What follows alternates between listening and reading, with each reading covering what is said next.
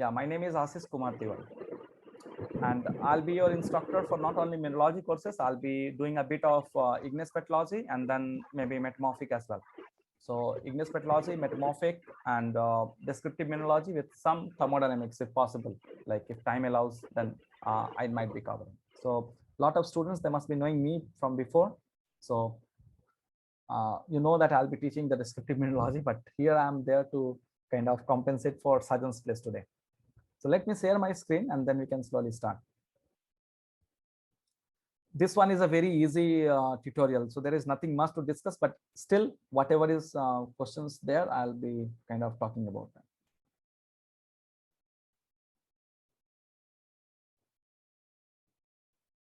Okay guys, do you see my screen? Let me put the chat thing here.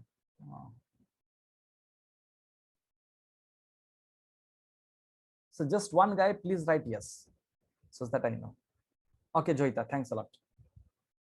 So the first question was, what are minerals? So the options are formed by live processes. This comes directly from the definition of minerals. So this is not something that you expect to answer at the master's level. But the thing is, as it was just introductory questions where only these topics were covered, we had to keep these questions to make 10. Okay. So we would have kept some other questions, but we thought of keeping this as well, because at times this can be confusing. So minerals are formed by live processes. True or false? We know that this is definitely false, because we know that minerals, when we define, these are inorganic solids, right? So when you say organic means formed by live processes, this is not what minerals are. Or else amber and let's say even the bones, these would be organic, but calcite. So you have the teeth, these are calcium, you have calcium and phosphorus, right? So we cannot call them as minerals, because is there anyone else who is trying to join? No. Yeah, fine.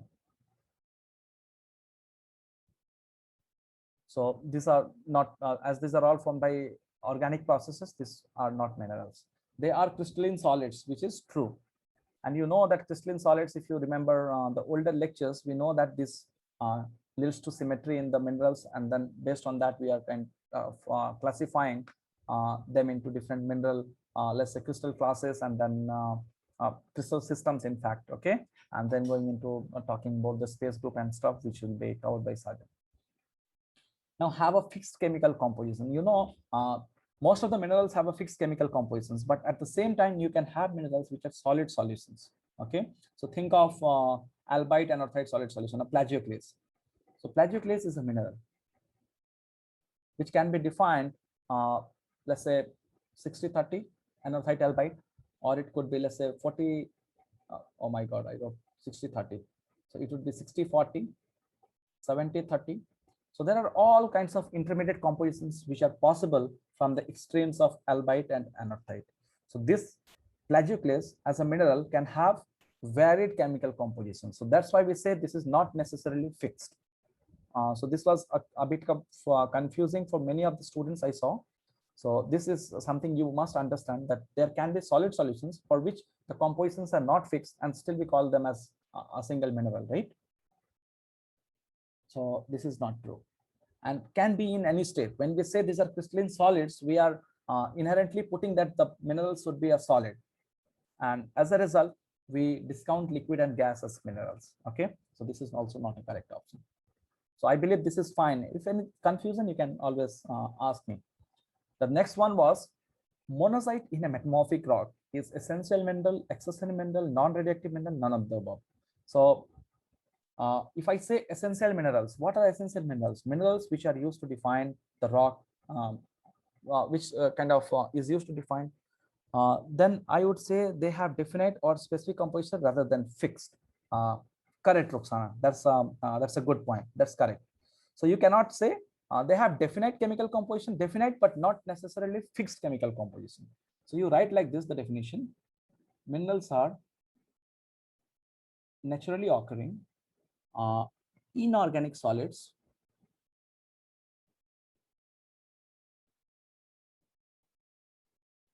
having definite but not necessarily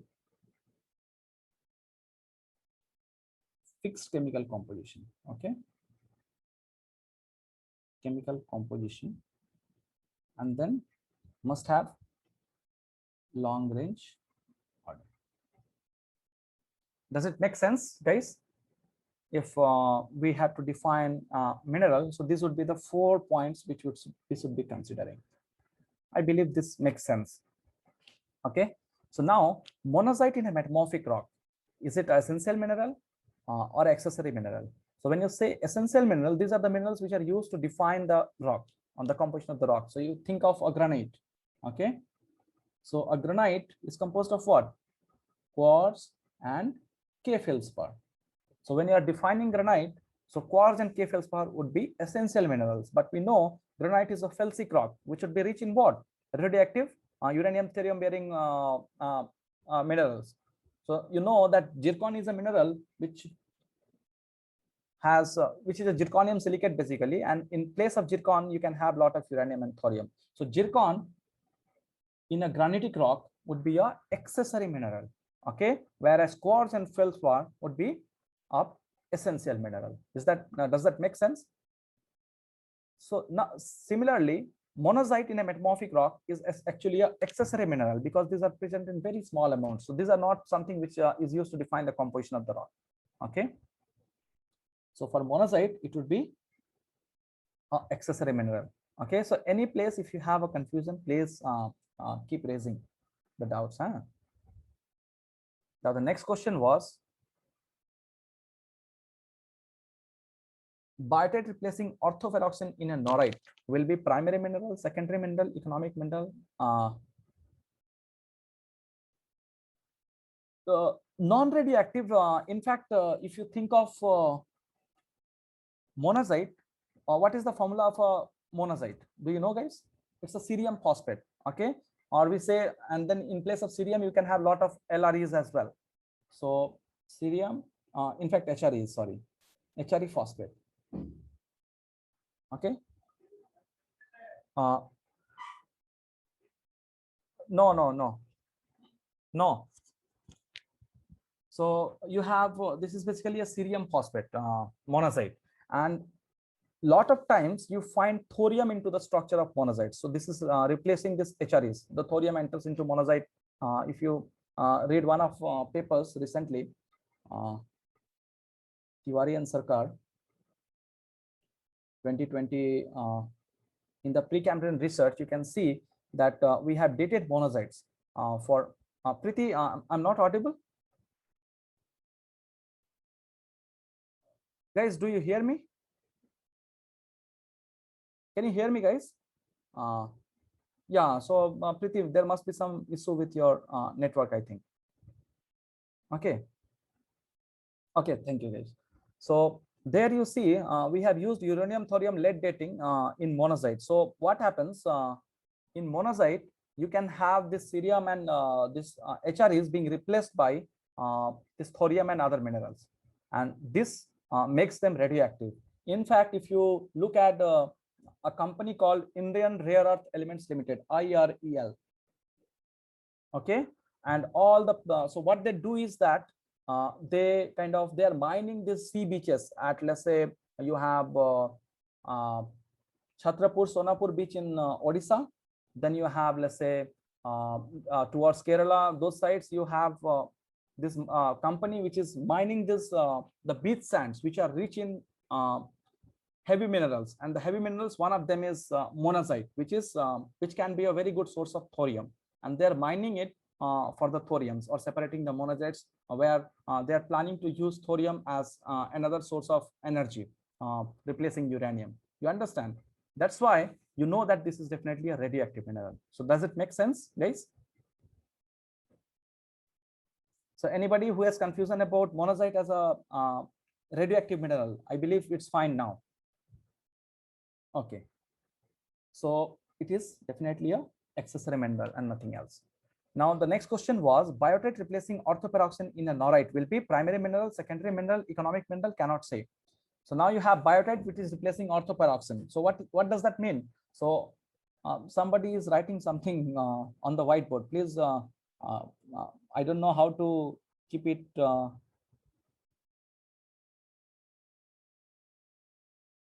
Okay, what does it really mean if it said primary minerals are directly from magma or water? So these are the minerals which are forming as a separate crystal. Okay, so these are not something which are forming on a pre-existing crystal. That's what it really means. That's what it really means, Ruxana. So these are forming as a individual crystals from the magma or water. So whenever you say, when we say water, that is basically talking about the metamorphic rocks where you have, let's say, different minerals which are forming below the solidus. So there the reactions would lead to, let's say, release of water, and then you have, let's say, garnet and other stuff which are forming from water. Okay. Water means these minerals, the constituents are dissolved in water, and then you have these minerals crystallizing from there. So these are forming as a separate crystal out of that. Okay. Whereas if you have a pre-existing mineral and these new minerals are just replacing them. Okay, so these are not crystallizing as a different mineral as such, as a different grain having definite boundaries. So these minerals would be called secondary minerals. For example, you have, let's say, biotite replacing orthopyroxene. So you have orthopyroxene, which is kind of a bulky thing with cleavages at 90 degree, and then you have, let's say, a biotite replacing this. So let's say let's put some biotite here. So the biotite would be replacing like this, the orthopyroxene. Now this biotite is pseudomorphing the orthopyroxene. So you can have, in fact, I'll show you some sections where you will see that the biotite is kind of replacing orthopyroxene. We'll show those textures. Okay. So there you can clearly understand that the biotite is forming at the expense of orthopyroxene, where orthopyroxene, you know, is an anhydrous mineral, right? This is anhydrous. And with late stage water infiltration, what happens? Water is trying to add into the structure of pyroxene. That is not possible, but water alters the mineral, turning it into a, so it's a iron magnesium silicate. It turns it into a hydrous iron magnesium silicate with some potassium, which comes with the water. So it becomes a potassic iron magnesium silicate, which is hydrous. And that's what we call a biotite. You understand? So biotite in this case would be a secondary mineral. I think it makes sense, right, guys? Now the next question was, which of the following is true for amorphous solids? They lack long range order. They are isotropic, anisotropic, both A and B. So we know that they lack long range order, because long range order is something which is developed from a regular atomic arrangement, and that is true for what? Crystalline solids. So if you have amorphous solids, so things would be homogeneously placed here and there. So a typical amorphous solid you can think of like this. So you have randomly distributed atoms in the structure. Okay. So now this is lacking a long range order. So if you have a long range order, so if I put one, let's say, atom here, so if it has a regular arrangement, if I know the position of this, and if I know, if I translate A along x-axis, I would be getting the position of all this here, right? So if there is a regular arrangement, I can generate all these positions from knowing the position of this single atom. This is what regular arrangement means, or which leads to a long range order. Now think of something where you have homogeneously distributed atoms, but which are random. So that would be a homogeneous like atomic arrangement, which is completely random. So you move along any direction, you know, if you know the position of this, it's very difficult to know the next position. So this is what is typical of amorphous solids. So they lack a long range order. Now, how about isotropic? So when we say isotropic, we say on average. So what does isotropic means? So you move along any direction, you should encounter similar physical properties, similar optical properties. So for example, if you want to know the velocity of light, let's say in this direction and in this direction. So what I say is now, let's say for understanding, let's say the isotropic nature. So you take different boxes. So you choose a box here. Let me use a different color. I'm drawing different circles here. Okay. Now, if I'm drawing these different circles in this amorphous solid, I know that the number of atoms on average are similar in these boxes. It's not that they are always similar. So if I take lot of these boxes, I'll find some has, let's say, 5 plus 1. So some would be 6, some would be 5, some would be 7, like that. But on average, this is same, taking a lot of numbers. Okay. So similarly, the physical properties, if on average we are saying the number of atoms are same, So what will happen? The physical properties all depend on the amount of atoms. So if you talk about the velocity of light, that depends on what? The electron density in the system. And the electron density would depend on the average amount of atoms in the system. If I say on average the atomic amount is same, that means the electron density would be similar. So the light would be behaving in similar ways in different directions. So as a result, we can call them as isotropic systems. You understand? As a result, in fact, we call amorphous solids as isotropic. So I believe this point is also clear, and these two are wrong. Sorry. So in fact, here the answer would be both A and B, as these both are correct. Does it make sense, or there is any confusion?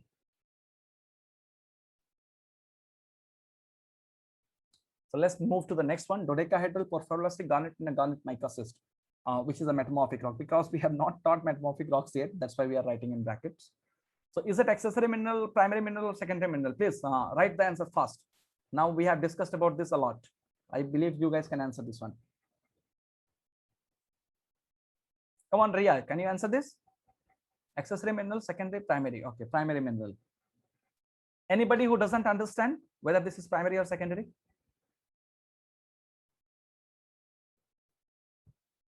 Anybody who doesn't understand, they can come up and ask this question. I'll explain. I'll be more than happy to explain, in fact.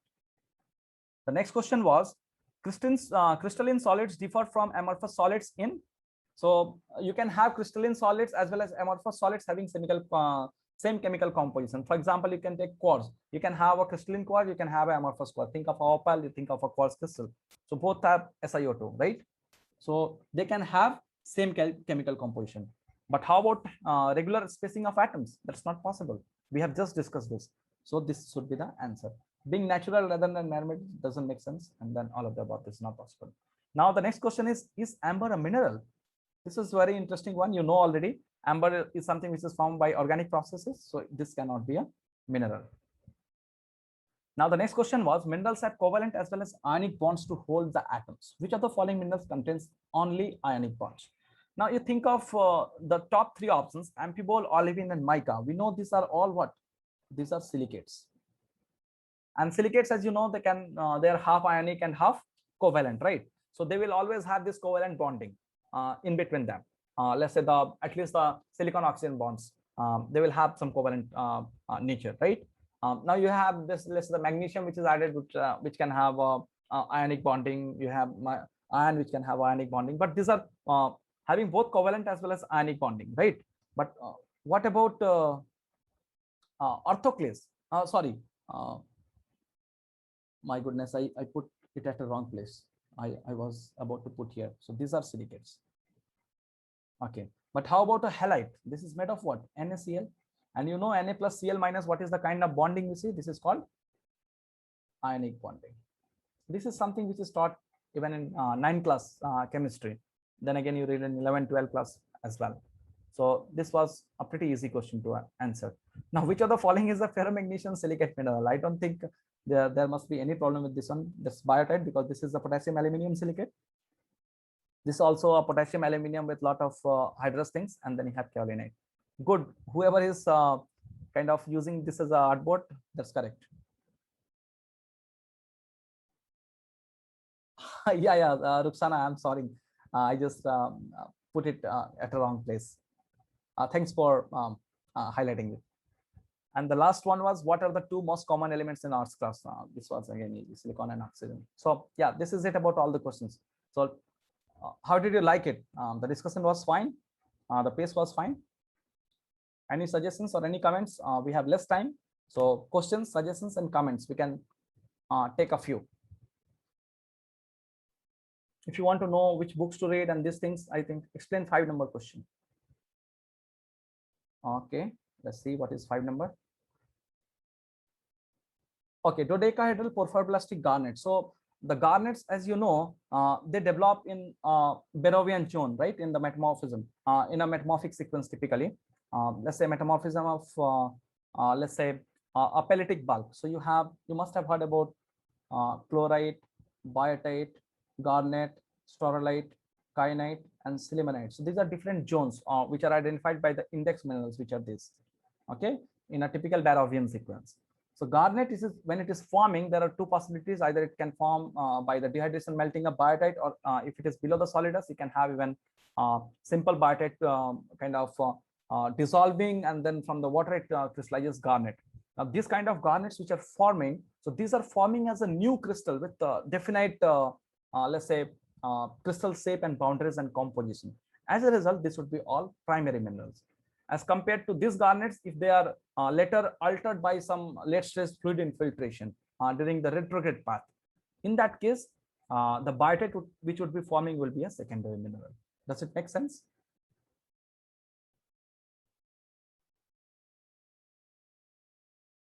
रोशनी, समझ में आया ये वाला जो मैंने बताया? अगर आप पूछना चाहते हैं, okay, quartz in a secondary rock. So we generally do not talk about secondary or primary in a sedimentary rocks. Okay, so this is mostly to do with igneous and metamorphic.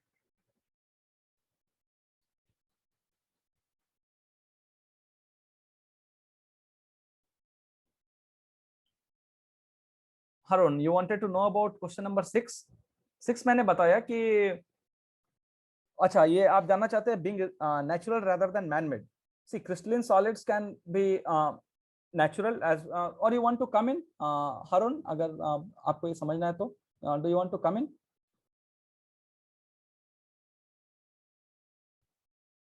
Because sedimentary rocks, everything is formed by let's say the process of formation is very different, right? So it's not like something which is being formed. So these are something which is being deposited and then kind of lithification and solidification. So everything remains same. The only thing that is added later stage is basically the cementing materials. This remains constant, right? That's why we do not talk about primary and secondary. Okay, question number 5. Yeah, so that was कि primary इसलिए है क्योंकि when it is crystallizing, let's say जब आप garnet बनाते हैं ना, biotite के ब्रेकडाउन से बनता हो, तो ये गार्नेट जो बनता है एक नया क्रिस्टल बनता है जिसके अपने प्रॉपर शेप्स होती हैं एंड बाउंड्रीज होती है, अपना कंपोजिशन होता है, ठीक है, इसलिए हम इसको प्राइमरी कह रहे हैं. लेकिन अगर यही गार्नेट लेट्स से अगर थोड़ा सा प्रेशर टेम्परेचर चेंज करेंगे हम, एग्जांपल के तौर पे मैं आपको बताता हूँ. आप अगर एक गार्नेट ले लो, आपको पता होगा कि गार्नेट का जो XMG कंटेंट होता है that changes with change in temperature. So the XMG content increases with increase in temperature. Okay, why is that? And actually this is the reason it is used as a thermometer. Garnet orthoperoxene, you can think of. Garnet biotite thermometer, you can think of. So all these thermometers are basically developed because of this reason, as the composition changes with change in temperature. Now agar isme just there is a change in composition without change in let's say the shape and not forming a separate crystal. So this was the same crystal which is changing composition. In that case, this would be probably a secondary mineral, putting that way. But in general, you say garnet as a primary one. Is it fine? मैं क्या कहना चाहता हूँ कि अगर आपका garnet है, pre-existing garnet में, if there is just a change in composition because of change in temperature, so in that case, this could be a secondary thing. The composition is changing later, right? So there is no formation of a new garnet. This is the same garnet which is changing its shape, changing its composition. So that would be at the boundary. But these are mostly, then we talk about the time involvement. Okay, we say ki, if you have, let's say, water coming in at a later stage, that changes the formation of, let's say, biotite at the expense of garnet. Those are all secondary. So this is how we define it. Is it fine, Harun? Okay, great. So anything else? Any suggestions? See, you guys will be seeing me again back maybe during discussing descriptive mineralogy. But at the same time, we are working to develop these tutorials, and we are probably planning to put it in the coming few weeks. So we need good participation from you guys, then only we'll be conducting this, or else this is not required. This is also involves a lot of time to design these tutorials, right? So I'll just stop sharing the screen, and if anybody wants to come in through voice and say something,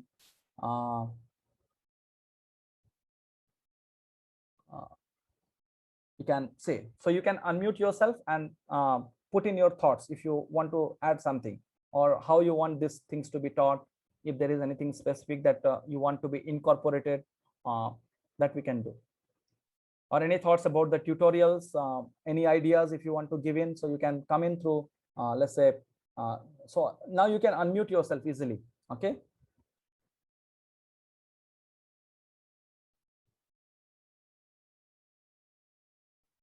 Yeah, so it is primarily it is forming a new garnet. True, Deep Sundar. Very good. That's correct. Can you discuss about the reading sources of mineralogy? So mineralogy, there are 2-3 books that you can definitely go for. One is William D. Nesse for, let's say, optical mineralogy. Definitely you can read from there. It's very well written. When I was in my bachelor's, I was reading this Philip, which has some basic things that are helpful, the ray velocity surface and stuff, but those are not asked anymore. So you can definitely go for William D. Nesse. And then you have maybe Dexter Parkins, that can be of some help, but this is a very introductory book. And I read another book which is not available at the moment, but I'll be making some things about maybe tutorials and stuff from there on mineralogy and optical mineralogy. So that is another book that I'm kind of into now. And then you have a few books. So what I'll do is, well, I'll make a list of them and put there in the things with the author names, because it doesn't make sense without the author names. So that I'm going to put very soon. Acha. And this Ria, make a tutorial about applications of ArcGIS. Yeah, definitely. So the remote sensing course will be taken by Pritam Da. He is kind of has done his MTech from IIRS. So he is very thorough with GIS and other things. So he'll be definitely discussing how to like beginning from how to georeference a map to even advanced stages, given the time permits and you guys are interested. Okay, so we'll do some about them as well. See, the idea is this time now we have everything online, and we know like many of you are losing on these things. Give suggestions about remote sensing software which we need to learn. Yeah, sure, we will do that. So these are some things which will be covered by Pritam. I'm sure he'll be doing it, and we are planning to incorporate this definitely. Yeah, sure, we will do it. And any other things that you want as a tutorial, hands-on like experience on softwares, anything that we have to kind of, if you give some suggestions, we can plan on them, or else you have to take whatever we give. So depends. So if if anything is not coming to your mind at the moment, you can even suggest in the group. Okay, but yeah, sure, we will do it. We will do these things. So don't worry. And about the lectures, if you find at any point there is difficulty in understanding, so this is still, we are in the beginning phase. Okay, so kind of excuse us if there is any problem with the video quality in the beginning 1 or 2 classes, because I know that actually this Sajan, he recorded that video for 6-7 times. Okay, so this 1 hour video, we spent 7-8 hours. The whole night we were sitting and trying to find out the error, but we could not manage. So yeah, so geotechnical engineering applications in geology. Definitely, I'm recording this comments, and we will work on these comments. We will try to incorporate whatever suggestions you are giving. Definitely. So don't worry, we will have some tutorials on geotechnical engineering as well. So let's say RQD and stuff, we will. Sir, I have asked something. Yeah, tell me, Ruxana. Oh, AutoCAD is something I do not know. Maybe I have to ask other tutors if they know something. We will definitely try and incorporate this as well. Accept. So I do not know AutoCAD. So I am a perplexed man, thermodynamic modeling, and then I can tell you about some RS I do. Okay, remote sensing. Apart from that, I can tell you tricks about petrology. Let's say I want to know more about primary and secondary minerals. Could you please suggest? What do you want, Ruxana? I'm unable to get your question. Suggest any reference. Okay, so I'll send you some reference. Let me find out. I'll give you. Oh, go through Dexter Parkins. So yeah, so there you are. So Ria has suggested, and let me find out some more. When I was making this question, metamorphic rocks was in my mind, so I put it like that. But you guys are better equipped, I believe, with the references and stuff. But I'll still be giving some references, Ruxana. So don't worry. Yeah, guys. So I think, yeah, now I'm extending everything. So let's close it for today. If anybody wants to say something quick, they can come in or, okay. So Ria, you have a question. This would be probably in the introductory chapter itself, primary and secondary minerals. Dexter Perkins, I read long back. You can unmute yourself if you want to say something. Anybody, if they want to come in and suggest something, we are open. Okay. It should not necessarily be only me speaking. So anybody, any suggestions, they can come in. This is the best thing about Zoom. So now it has become easier. I think in chapter 1, please go through that, and I think you can be able to see there. Yeah, that's the introductory chapter you might find there. And if not, let me see. I have to see Dexter Perkins. It's been long back I saw it. I'll find out and tell you. Actually, I was reading a paper where they discussed this. So it was in Elsevier somewhere. It was, in fact, in a ResearchGate group. So you have ResearchGate where you can ask such questions. So I kind of, in fact, I inquired Somnath Dasgupta, Professor Somnath Dasgupta, who is a renowned metamorphic petrologist, about this primary and secondary minerals. Okay, so we had a discussion about this as well. And the thing I wrote in that group, it was from, yeah, sure. Okay, then I will let you know. Yeah, Ruxana, let me find out. I'll also provide you. So this is the answer that I wrote in the group. That was actually Somnath sir's comment. So it was from there.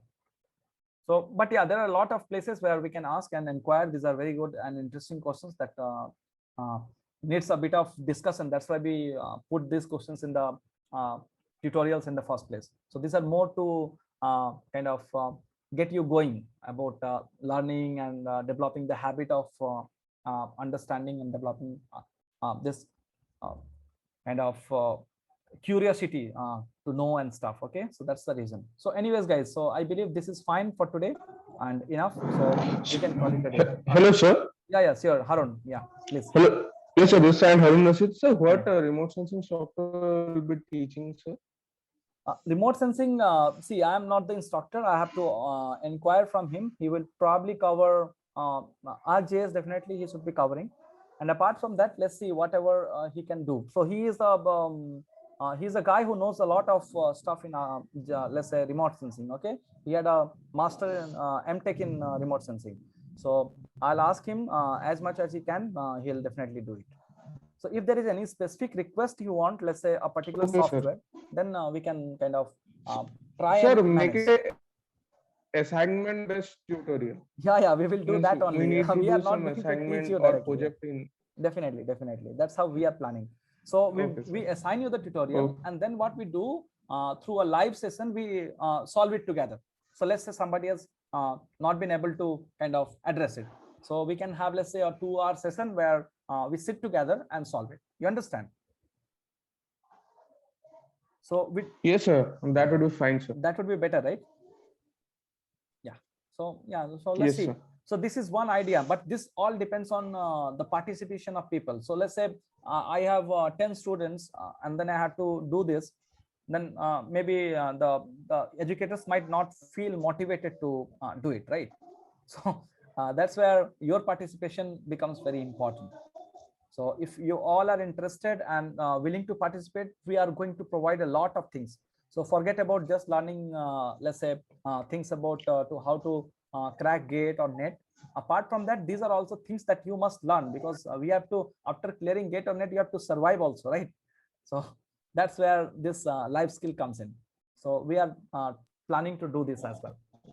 So don't worry. So Harun, sir, can you teach us that OpenDetect software regarding seismic interpretation? Any one of you can? Yeah, we have a very good seismologist here. Okay, so don't worry. I'll so you please write these suggestions. Okay. I'll ask them to take open sessions. Okay, so we will have these separate sessions where we will be discussing all the softwares. Whatever you say, IISER Kolkata is the best place to do seismology at the moment. We have Supriyo Mitra, who is very good seismologist. We have Kajal Jyoti Bora, who also does a lot of seismology, and their students, they are kind of good friends of mine. So I'll definitely inquire and ask them to request them, in fact, to take some open sessions on kind of processing seismic data and stuff. So here I know they are doing a lot of receiver function stuff. Okay, so that you can learn seismic tomography, how to interpret data. So those things also can be done. And then the typical reflection and this refraction patterns and stuff, how to identify these features, those things can be done. So does it sound good, Harun? Probably. Yes, sir. Yeah. It sounds interesting, sir. Yeah, so let's see. So these are the plans, but I hope that this will work out. So I'll ask them, and definitely you guys should give your suggestions. See, this is now your so you are part of the family, right? So we have to create an environment where we all can learn different things. So depending on the interest of people and things, we will kind of, now let's say you are interested, and then if we find another 10-15 students who wants to learn these softwares, okay, so we will do it. There is no problem. But yeah, then again, doing for one student, asking him will be difficult for me also, right? Because that becomes a problem. So, but yeah, if we have, let's say, a software which is of common interest to a lot of people, we are definitely doing it. And seismology, definitely we can do some. Okay, how to download data, how to access data. In fact, how to write small scripts. I find that many students, they are kind of, they do not know how to write scripts to even download data from different places. So these are the things that can be taught and learned. So I am also not a guy who is a techie, okay? But we are planning to incorporate all this stuff. So don't worry, and please ask your friends if there are anyone who wants to join PenGeoHub this year. This is going to be one of the most interesting years of learning geology, okay? Because everything is online, and you will not find a better place to learn different tools and techniques apart from learning, let's say, the typical subjects, okay? So yeah, do request your friends and let's say juniors and seniors, if there is anyone who is interested, they can join in, and we will definitely have these sessions where we can discuss softwares and stuff which are of common interest.